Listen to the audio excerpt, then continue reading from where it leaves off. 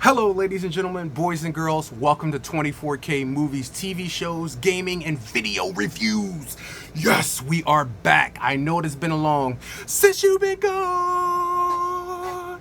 Since you've been gone. Yeah, I know it's been a while, but we are back, ladies and gentlemen. And I know what you're wondering. Why am I wearing a Mario hat? Why do you see the red shirt? Why do you see the long sleeves? Well, ladies and gentlemen, we are rocking the Mario gear, but that's for a later video. That's not for right now. Right now, we are talking about movies and movie reviews. So I want you to sit back, relax with your favorite bag of snacks, and get ready for the game tracks. We literally have the Nightmare Creature in the dojo today. She's got it on lock. And ladies and gentlemen, we have an exciting movie to talk about, one that makes me excited for Marvel once again. So without further ado, we are talking about Deadpool and Wolverine. That's right, ladies and gentlemen, boys and girls, children of all ages. If you haven't heard, spread the word. It's the big bird right now going down. Deadpool and Wolverine. Well, where to start? I'm going to do something that I never do, and I'm going to give you the end result before the beginning result. Platinum. Platinum. That's right. It's actually, Platinum. It's actually triple platinum. Platinum. Dilly-doo, dilly-doo, dilly-doo. You don't remember that from Wayne's World back in the day? Dilly-doo, dilly-doo. That's how you cut and go to the... No, not... Anyway, Deadpool, Wolverine.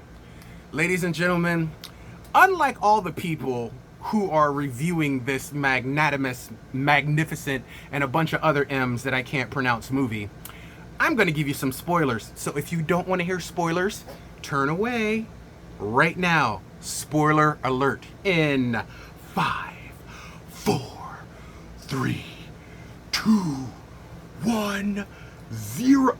That looked really bad. Really bad. 0. It looked really bad.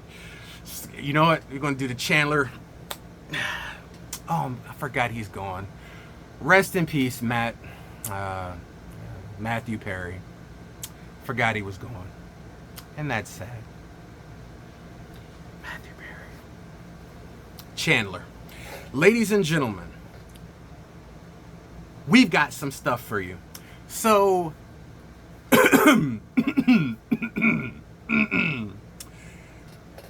where to begin with this movie? Now, the sad part is there are 4 Marvel endeavors coming after this movie that are not going to be so good. I think probably the highest one after this will probably be the Captain America movie. I don't know too much about Agatha being good. Thunderbolts, bruh. Look, I'm just going to say it. Deadpool and Wolverine took a ginormous leap out there going against woke culture and the norm that all that's happening now with Marvel and Disney. They have been on a downward spiral with the last few years with their movies because of what they think we want over what we're telling them that we want. When it comes to consumers and fans, we tell you what we want. I don't know why you took that, blended it up, put it in a shake with some wheatgrass and some guava, and was like, yes, this is what you guys want. No, we told you what we want. That's not what we want. And there are a lot of pissed off people out there who do not like Deadpool and Wolverine. But I'm going to tell you a simple equation that works. You take comic book accurate people in comic book accurate suits and comic book accurate ways, and you equal them, and it comes out to money in your pocket. Deadpool has been out for a few weeks and has already made more than the gross of the last couple of movies that you've made in the years that have followed. Do you see the chemistry to give you money back in your pockets? Do you see the chemistry that you blamed it on everything? All those woke politic movies that you put out and shoved down people's throat where you was just like, oh, people don't go to the movies no more. Oh, people don't do this. Oh, it's your fault that that's this and that. Oh, it's your fault as a consumer. It's your fault and this and that. Well, this and that and this and that. Do you understand now? Comic book movies done the comic book way. I know, kooky idea, right? You take the story and what the people look like in the comic books, and you just verbatim turn it over to real life, and you have a hit. I know, who would have thought about it, right? Oh my God, go figure. You take the actual comic books, you read them, you hear the stories, because the comic books are so famous and they made tons of money, and you take the same story with the same characters that look like the characters, not what you think they look like, black spandex, but you put them in the actual uniforms that are accurate to the comic books that people loved and watched, and now you have a product. Bravo! Bravo! I'm amazed that in 2024, it only took you 30 years to come up with that idea. We've been waiting, and I just want to say thank you for your growth. It just took, 3 decades of my life, but we're here, right? Started from the bottom, now we're here. But here's the problem I have that I'm scared. Where do you go from here? Once you reach the apex to perfection, where do you go from here? Because you guys you can go up or you can go down. And the next few Marvel projects, they're down, with the exception of Captain America. Captain America is my hope that follows Deadpool. And to be totally serious for 1 minute, Deadpool and Wolverine did something that you guys hoped it wouldn't do. It incited interest, nostalgia, energy. It got people interested in you again. Now you have a choice. You can keep going with what hasn't been selling and what has been destroying your franchises. Or you can learn from what Deadpool just proved to your franchises. You do it correctly and you get your money back. You get your fan base back. You become the company that people would love to give their money to and spend $50 for a friggin' popcorn bucket for. You can do it. You can. This is proof that you can. Look at what was accomplished with a few cameos, a few soundtracks, and a simple idea of actual payback to the fan base, because the fans wanted to see this. Think about that. This was a fan project and it went over with the fans. Who would have thunk it, right? Stop giving us what you think we want and give us what we tell you we want. If you just put out a good movie, people will come. That's all that's got to be said about that. If you put a good movie out, people will come. If you build it, they will come. If you want them to build it for you, press 1. Stop putting things out just to put things out. That's all that has to be done. And here's the thing, you guys got to cast your egos aside. Look, Sony, Marvel, there's a lot of big heads and a big pool of brains and egos of we could do it better, we could do it better, we could do it better, but you ain't putting up, pardon the expression, shit. You're not putting up nothing. You're talking about what you can do, but you're not releasing nothing. Come on, bro.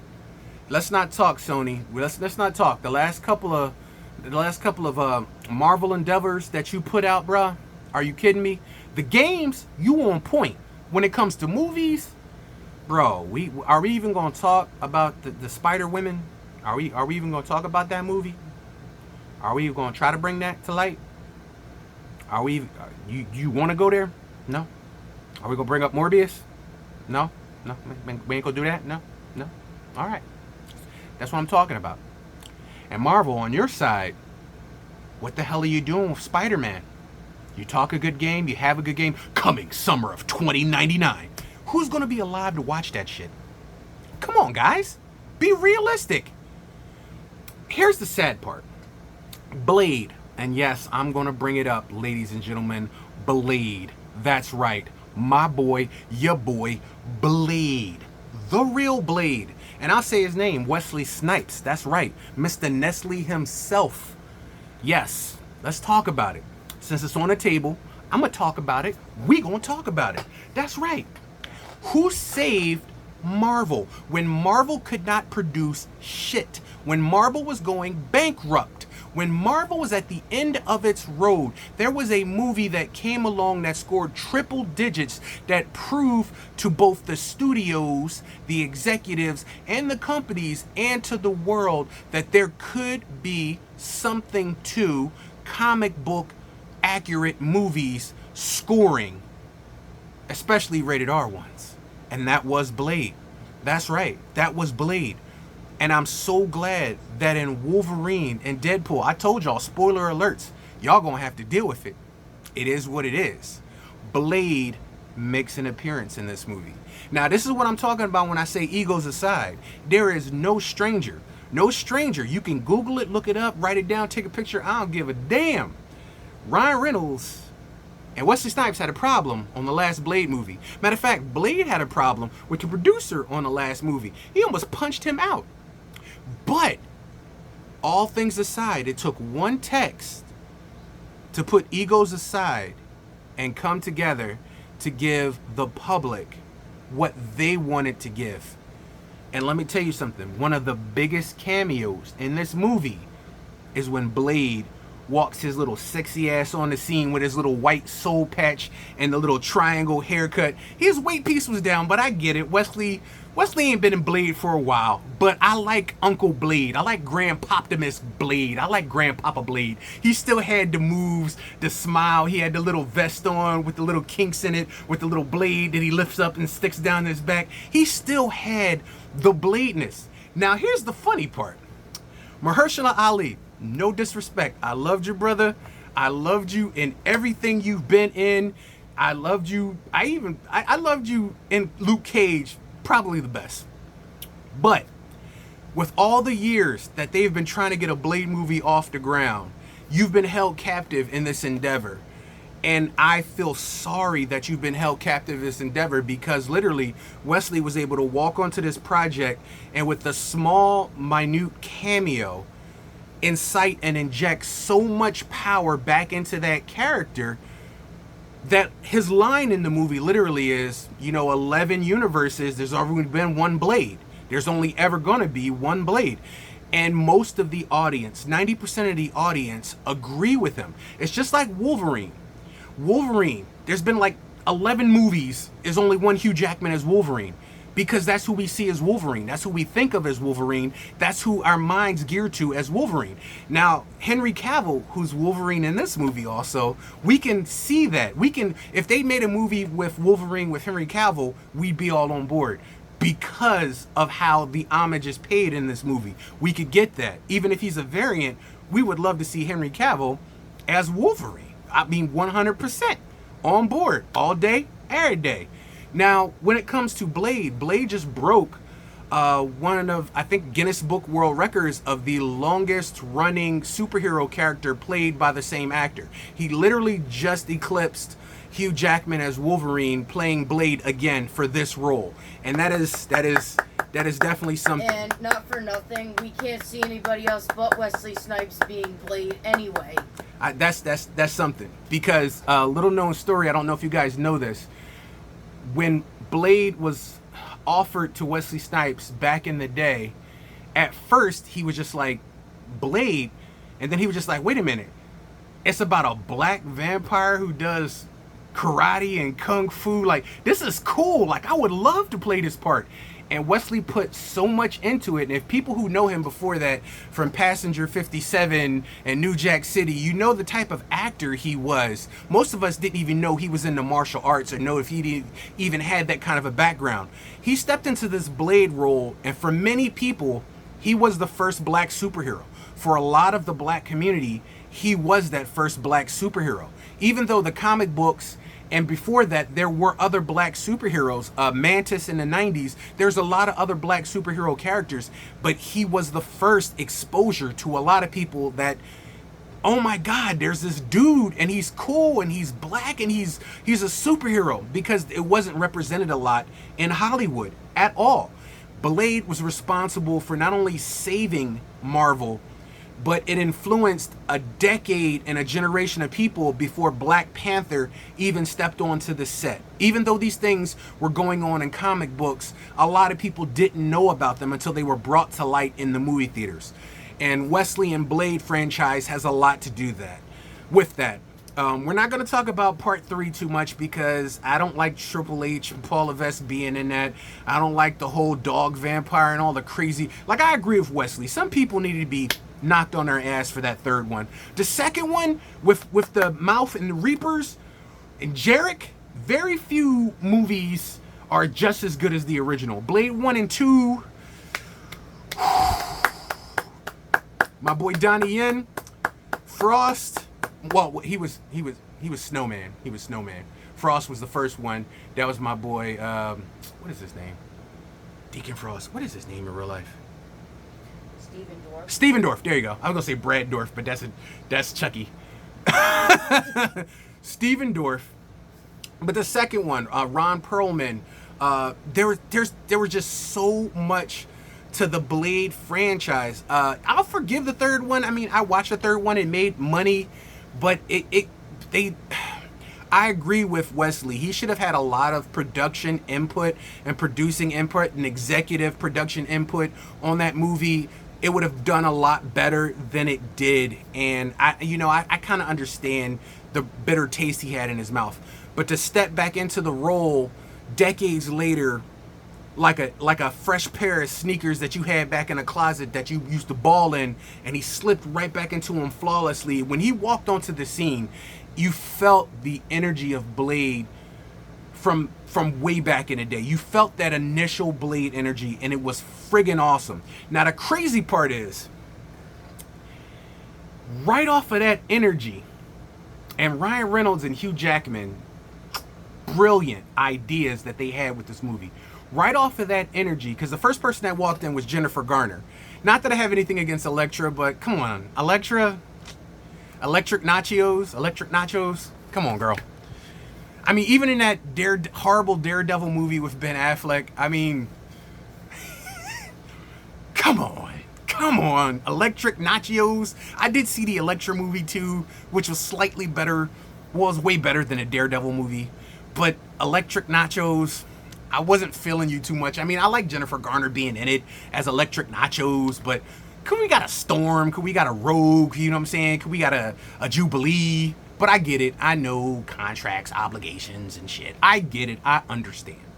But then Wesley walked his sexy ass in there, and then something caught me that I did not intend, because years ago there was talk of a movie, and my favorite X-Men, matter of fact, it's my name on a lot of different things, my gamer tag on a lot of different things.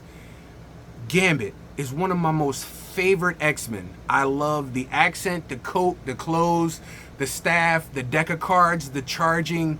There just is a super amazing appeal to Gambit.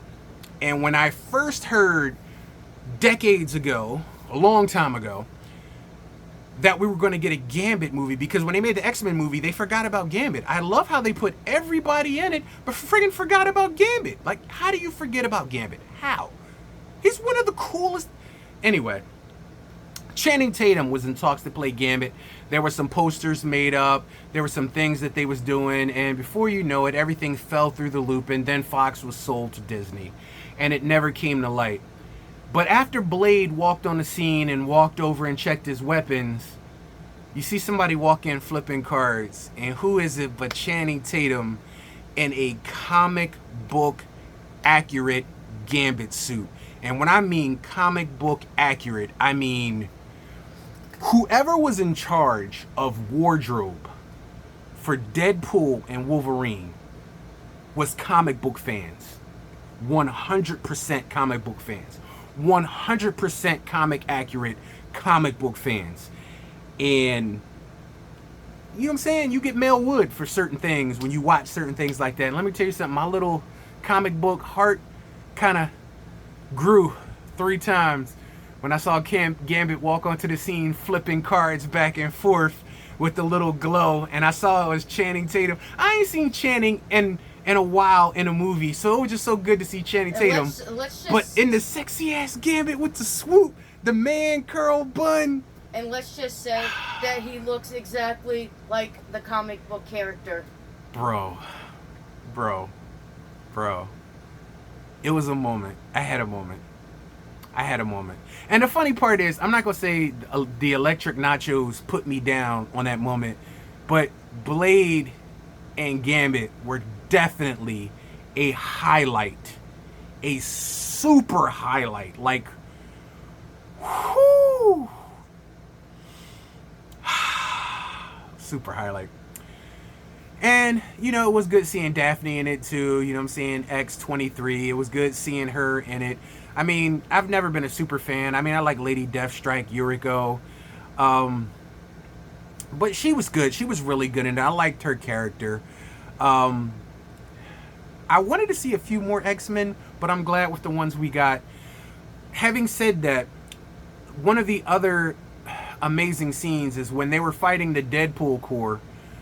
And Deadpool with the white eyes is sitting there in his suit, and Wolverine, because the funny time is all the time Wolverine was walking around, and the funny part is I didn't notice it until that point, because I kept saying I can't wait to see him in the mask, but the entire length of the movie up to that point I didn't really care that he wasn't wearing a mask. Isn't that weird? I didn't even notice. Like, I didn't even care that Hugh Jackman wasn't wearing a mask. Like, it didn't even occur to me that he wasn't wearing the mask. That's weird. Like, it didn't even occur to me. Like, the cowl should have been hanging in the back like a hood, but it didn't even occur to me because Deadpool puts the mask on and off a bunch of times. But Wolverine, I was just like, it didn't occur to me until they were fighting the Deadpool Corps, and he just reaches back and he pulls the cowl down over his eyes, where I was just like, oh shit, that's right. He does have a mask in this movie. And, oh my God, like, they knew what they were doing. 150,000% they knew what they were doing. And that scene is bravo. That was an amazing scene. There's so many different amazing scenes in this movie, and it injects a lot of humor, but it also has some heartfelt moments. I like the respect paid to the Fox universe and the characters therein, that some we will never see again. Some we hopefully will see again. And we got to get a Gambit movie with Channing Tatum. And let me let y'all know something. If y'all gonna go ahead with another Blade movie with Mahershala after all these years, y'all better put Wesley in it as Whistler or a variant or something, because that man is Blade. In the hearts and the minds of the Marvel Universe, he is Blade. Why don't they just make Blade and give Wesley Snipes the part already? Because it's not working out with anybody else. So, just saying, just give him back the role. Everybody knows he's the only one that can do it. Blade. And then he did the icing on the cake. Not only was Blade in this, there's a scene where he steps on a ramp and he says, some motherfucker still trying to ice skate uphill. And I was just like, for those of you who saw the original Blade, you got it. Wesley as Blade is just as perfect as Hugh Jackman and Wolverine and Ryan Reynolds as Deadpool. There are some actors who in the Marvel or DC universe, when you see them in that character, it's perfect casting. Perfect casting. And rarely do they stay in the same character. For instance, Robert Downey Jr. is now Doom. And yeah, I know why they're doing it, and I don't care. I really don't care. There are a host of characters in the Marvel Universe, and there are a host of actors that could be in the Marvel Universe, and I am so damn sorry. I know what you guys are going for, and I know what you're doing, but I think you guys are starting to go down your same paths by making the same mistakes again. Look, I love Robert Downey Jr. too, but why don't you go the extra mile, put him back in black makeup, and make him Black Panther? Why? Because the people wouldn't feel it. You're putting him in a universe where everybody knows him as Tony Stark and a Tony Stark face. And the idea is not lost on me. I know about the variant. I know about the comic book. I know what you're trying to do, and I understand it. I know about Battle World. I know where we end up, where you have the God Doom, and I know where you're trying to get to. I get it. I also know why the next movie is green and the last movie is the colors of Iron Man. I get it. Like I said, you guys think you're pulling the wool over the head of people who read comic books. If you're going comic book accurate, yeah, you're going to spoil it for some of us, but you're not going to spoil it for the people who want to see these things actually come to life. Because on the pages, we can read them and our imagination is one thing, but seeing them actually come to life is another thing. So don't bastardize it. All you have to do is stick the landing and you're fine. If you're going to do what we think you're going to do, which is what it seems like you're going to do, then do 100% and accept nothing less. And when I mean that, I want 100%. That's right. I want Cyclops to go get the Phoenix power, and I want the Cyclops with the Phoenix power. That's right. I want that. I want Miles Morales coming out of that spaceship. That's right. I want God Doom to wonder why nobody else, because nobody else is supposed to have memory of it, but they do know memories of it. I want that. I want that version of Battle World. I want, if you're going to go comic book accurate, go comic book accurate. I'm not going to eat your lunch. Do it. It's one of the best comic book arcs out there. And if you do it the right way and you tell the story the right way and you listen to your fans and you're a fan yourself of the genre and you're a fan of the source material, then you can do this the right way. And that it'll explain how there's another Doom coming that isn't the Tony Stark variant. I get it. I understand it. Like I said, I read the comics. I get it. But I don't have faith in you. First of all, let's talk Agatha. Why? Why would you do Agatha? What is the purpose? What is the purpose? The Scarlet Witch is a better story. She is a better character. Why do Agatha? What's the point of that? I understand why you're trying to do the Thunderbolts, but we don't need the B teams right now. We need the A teams right now. You guys need to run with the ball. And I understand you were working on it. It has to be done. So put it on stream. Stream that shit, man. But you guys have the ability to run with Deadpool. Scored a touchdown for you guys. A much needed touchdown that you haven't been able to score in a very long time. Now it's your chance to run with the ball, but what are you going to do with it? That's the problem. What are you going to do with it? This movie scored acres. Is it the perfect movie? No, not by any means. It's not a perfect movie because no movie is going to be a perfect movie and no movie is without sins. My boy Cinnamon Sen says that all the time. But it's as close as you can get to comic book accurate, and it's better than the movies that you've created in the last few years. Damn sure, by an oversight, it is the best that you've produced in a very long time. And why? Because fans produced fan service. The actors, the directors, the people involved were fans of the source material. They paid homage to the fans because they were fans. I heard a story that Marvel, the last couple of movies they did, they wanted people that knew nothing about the comics, nothing about the stories, nothing about the characters to work on these things because they wanted a clean take on these movies, these comic book movies. Let me ask you something. Would you want somebody who's never known anything about a subject, nobody who's ever studied a subject, nobody who's ever done anything on that subject, teach the subject? It doesn't make sense. The math ain't mathin'. And that's the problem. You guys, this is the perfect chemistry of why something can work. You take the material, you take the characters accurately, portray them accurately. Don't do what you think they want. Don't do what you think they should look like. Don't you do what they think they feel. Don't read 2 pages and be like, yeah, I got it. Guys, you're not responsible for it, but people like you created that damn Dragon Ball movie. That damn horrendous Dragon Ball movie that had nothing to do with Dragon Ball. And I'm sorry, some of my favorite actors and actresses were a part of that bullshit, including James Marsters. You don't make Spike from Buffy Piccolo. You don't. Ugh. I'm not over it. I'm still not over it. What you needed to do is that you needed to find somebody who understood comic books and the comic book characters and put them in charge of putting this movie together. See that? She's not a comic book reader. And you see how simply she got that? You see how simply she got that? She's not a comic book reader. And she got the gist. That's simple. They don't need somebody that opens up 2 or 3 pages and be like, oh yeah, I got the gist. I got it. Let's make the movie. We got it. Because then you end up with like that horrible... people that are passionate about these things. Yeah. It's like some people making a horror movie that another director did, like the sequels, and screwing up everything that director had for his vision or her vision of that movie. Exactly. Even the games are better. Even your story to your games are better. And here's the thing. The X-Men cartoon was better. So you guys are capable of knowing of what's better and what's not. So the ball's in your court, guys. But, like I said before, Deadpool, Wolverine.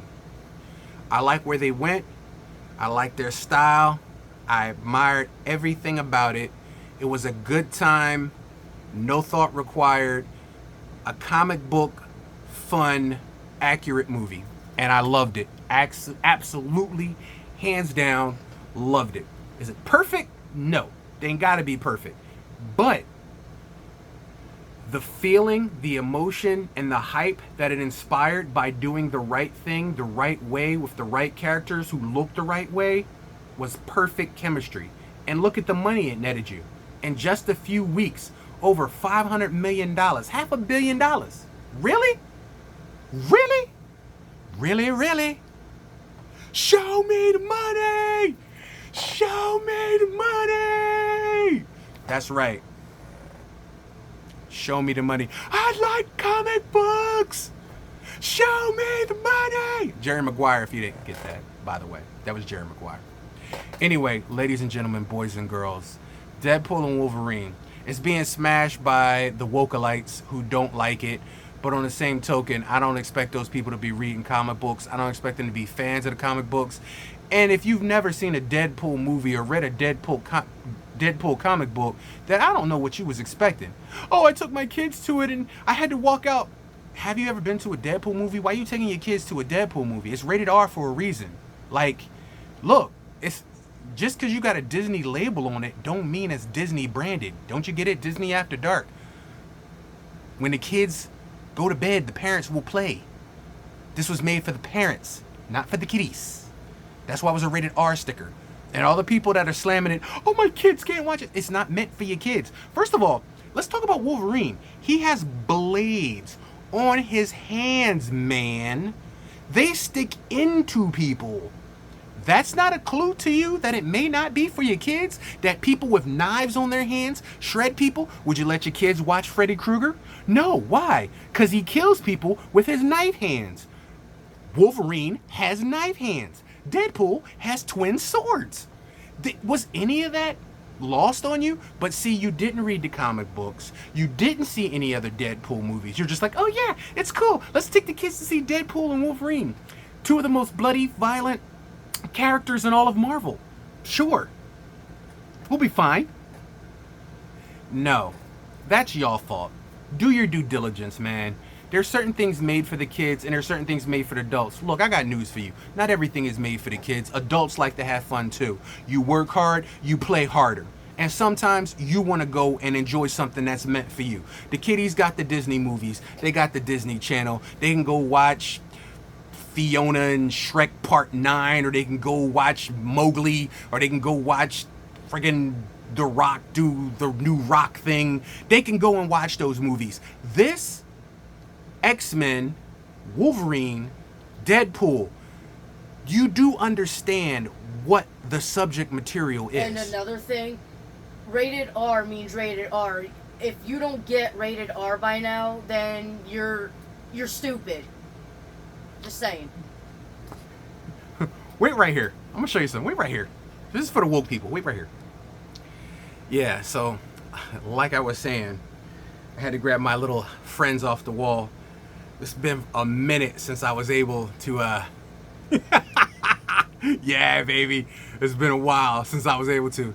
Now, to illustrate a point, how is this kid friendly? Like, I want y'all to look at that.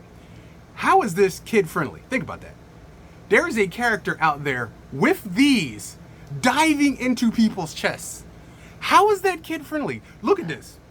A guy with finger knives like Freddy Krueger that are that long, that splinter out of his skin. Kshang, kshang, kshang. That should be like that. There you go. That should be like a good. That right there. That's right there. That's a good JPEG right there. There you go. That should be the that should be the that's gonna be the tell them thing. That's gonna be the whatchamacallit? That's gonna be the thumbnail.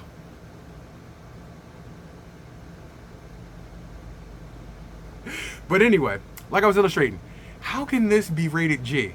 Now, for the first couple of X-Men movies, there was no blood. Even though Wolverine kashinged so many people so many times, there was never any blood. But in this movie,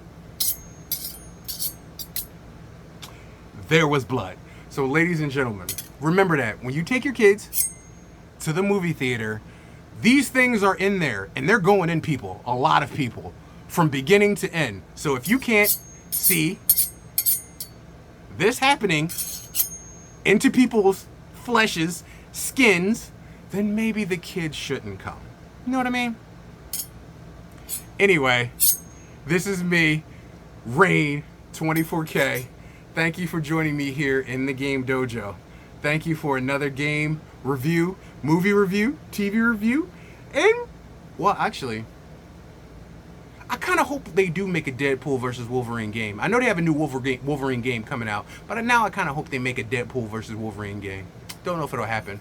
But anyway, ladies and gentlemen, till next time, I'll see you in the next movie.